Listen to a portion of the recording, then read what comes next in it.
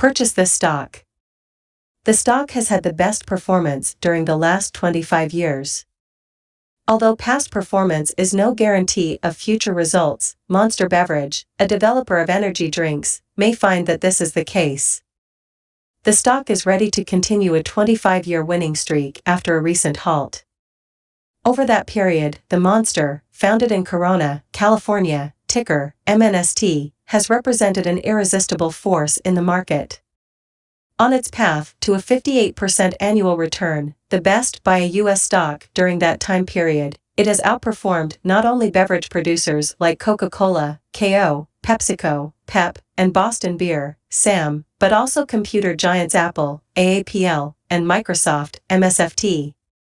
It's a remarkable accomplishment for a company whose beverages have a taste similar to carbonated cough syrup and have typically been consumed by male teenagers and young adults. A disappointing earnings report on August 4 prompted the stock to drop by close to 5%, ending Monster's run. However, the company's success story is far from over. When it comes to finding untapped markets where sales may continue to grow, Monster is particularly good at introducing alcoholic beverages and energy drinks marketed specifically to women. Additionally, Monster needs to go back to its high-margin practices, which ought to keep earnings growing at a double-digit rate and its stock rising. Its second quarter 2023 results were below expectations, but there is nothing concerning about the business or its near and long-term momentum, says Piper Sandler analyst Michael Lavery, who raised the stock to buy on August 6.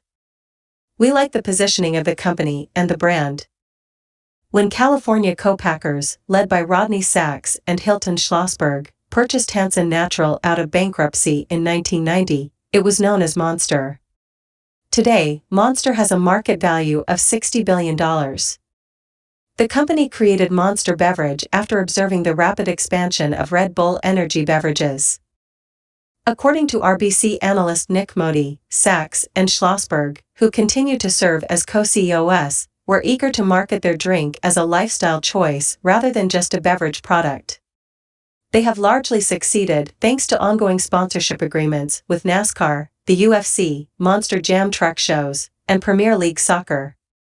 It's the upcoming global megabrand, said Modi. That's really the go-to narrative moving forward. Not the only story, though.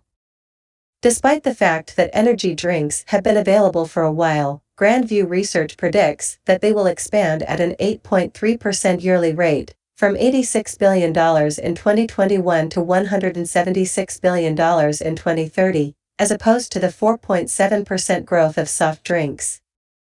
Early expansion was at the expense of carbonated drinks, but it has persisted by providing other, healthier energy drink options to increase market share. According to Goldman Sachs analyst Bonnie Herzog, the energy drink category is sourcing growth from carbonated soft drinks, as it begins to expand with innovation, with zero-sugar products and performance energy drinks. Despite Monster's most recent setback, it announced unimpressive earnings of 39 cents per share on sales of $1.86 billion versus projections for 39 cents and $1.87 billion. Its outlook is still uncertain. FactSet estimates that Monster will continue to expand into new markets and that its sales will increase by 14% in 2023 and 12% in 2024, in line with its historical rate of growth.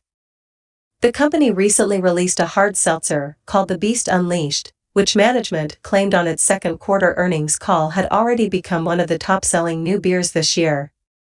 The company said at its June investor conference that it had been pleased with the launch of its Monster Energy Zero Sugar drink, which hit the market in the first quarter of 2023. The business also paid $330 million for Canarchie Craft Brewery, a maker of hard seltzer, in January 2022. Analysts anticipated $324 million in alcohol sales for the coming year, or 4% of the estimated $7.99 billion in overall sales. Herzog calls this forecast conservative because she anticipates the company to really compete in the alcohol market. For growth, Monster is focusing on new markets. According to HSBC analyst Carlos Laboy, the company is pushing its drinks into Latin America, where sales may increase by 20% yearly, and Europe, the Middle East, and Africa, where sales could increase by 10%.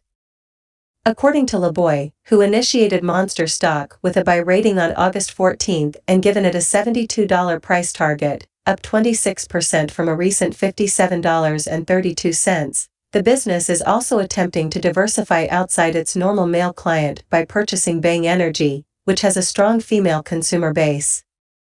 Monster has skewed heavily toward male consumers, but we now see the firm developing its own new labels and acquiring brands that should support recruitment of female consumers in Monster's largest market, the US, writes LeBoy. The stock's next upward trend could be sparked by rising margins. After the pandemic, Monster decided against raising prices, despite the fact that costs increased by over 30% in 2021 and 2022, resulting in a decline in gross margins from 60% in 2019 to 50% in 2022. As transportation costs and aluminum prices fall and the company raises prices, as it started to do in April, margins should begin to improve. Due to this, earnings should increase by 17% in 2024 to $1.80 and 37% in 2023 to $1.54. Monster doesn't appear to be a bargain at 33.7 times 12-month ahead earnings when compared to the S&P 500, which trades at 18.7 times and the 5-year average of 30.9 times. Its earnings growth, however, which has been continuously high, is not reflected by that. However, the stock trades with a PEG ratio of 1.8 times, or price/earnings divided by growth in profits per share. That is significantly more acceptable and below the 2.5 times 5-year average. At that price, Monster stock ought to provide any portfolio a welcome shock.